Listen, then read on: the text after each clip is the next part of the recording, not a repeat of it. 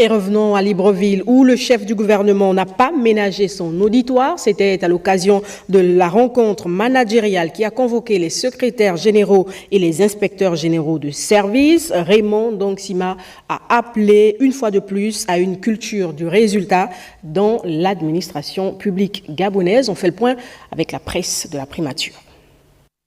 Dans un discours empreint de fermeté, sans langue de bois, le Premier ministre, chef de gouvernement de la transition, Raymond Dongsima, a recommandé aux différents inspecteurs généraux de services et aux secrétaires généraux et leurs adjoints de rester sur les textes qui organisent leurs services. Sur la base des instructions que le chef de l'État m'a données, que j'attends en premier lieu que les inspecteurs généraux, inspecteurs me donnent dans les différents ministères ce que dit l'article 3 du décret 378, c'est-à-dire les manuels de procédure d'organisation des services dans les différents ministères où vous trouvez. Vous avez 60 jours pour me déposer ces manuels. Si vous ne les avez pas dans 60 jours, vous êtes relevé de vos fonctions.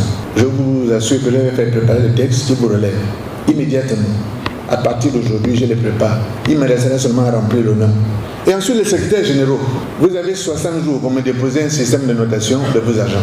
Si je ne l'ai pas à la fin du mois, 60 jours, vous êtes partis. Vous me donnez un système d'évaluation dans votre direction, comment vous évaluez les gens. Un système objectif. Le copinage, la camaraderie ne nous rendent pas service. Ils affaiblissent notre administration et le compte à rebours commence aujourd'hui. Pour que vous me déposiez les manuels de procédure et les manuels d'organisation pour ce qui est des inspecteurs généraux et pour les secrétaires généraux, que vous me donniez un système de notation de vos personnels. Comment évaluer vos personnels? Quel est le système que l'on met en place? Qui soit un système ouvert, équitable et qui ne souffre pas de contestation. J'attends tous les mois, à partir de maintenant, la copie du rapport des inspecteurs généraux de services. Vous déposez une copie directement chez le ministre et une copie directement chez le Premier ministre. Je veux une copie de vos rapports tous les mois.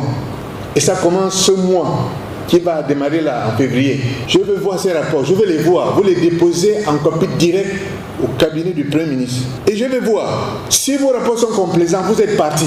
Le patron de l'administration gabonaise appelle à mettre un terme à ces pratiques d'une autre époque. Le président a dit, je rappelle, je vous instruis de mettre à contribution la justice pour mettre un terme à cette pratique d'un autre âge.